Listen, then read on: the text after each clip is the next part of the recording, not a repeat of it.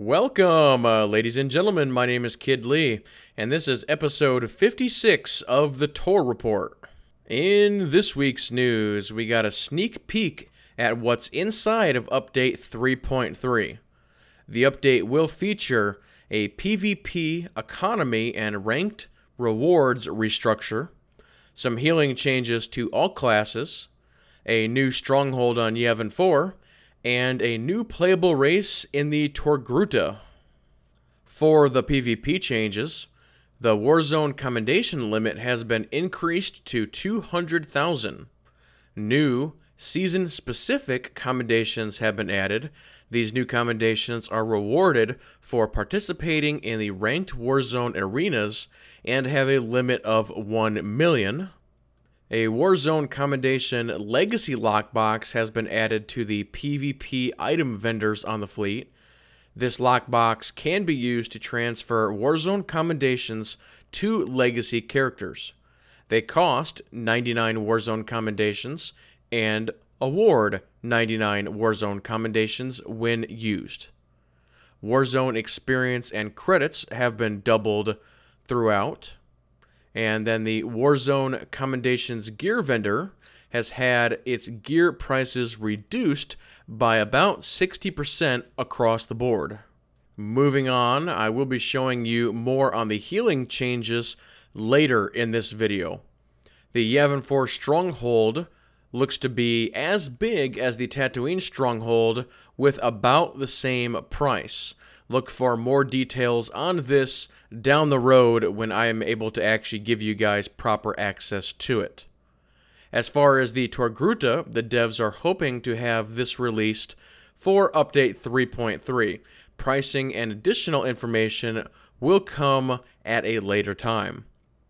Let's go ahead and switch on over to what's new. Healing changes are coming as part of Game Update 3.3. Let's go over some of those key changes, starting with the Operative and Scoundrel. Healing dealt by Diagnostic Scan has been reduced. Diagnostic Scan has received a healing reduction to allow for more heals per second burst across other heals. They have increased the immediate healing dealt by Kelto Infusion and reduced the healing dealt by its following duration heal. Kelto Probe now costs 10 energy down from 15. The healing dealt by Kelto Probe has been slightly reduced. Moving on to Mercenaries and Commandos, the healing dealt by Rapid Scan has been reduced. By swapping Rapid Scan and Healing Scan, it provides the DPS mercenaries or commando disciplines with a non-cooldown healing option at the expense of heat. Healing Scan is now part of the bodyguard discipline. The healing dealt by Culto Shot has been reduced, and the advanced targeting now increases the critical chance of Rapid Scan by 5%.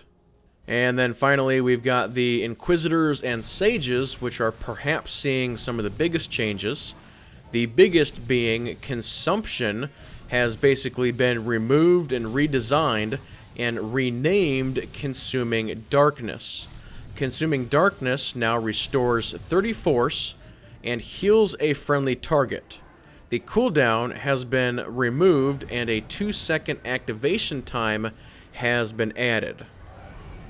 Dark Heal now has a base force cost of 65 up from 50, and its healing has been greatly increased.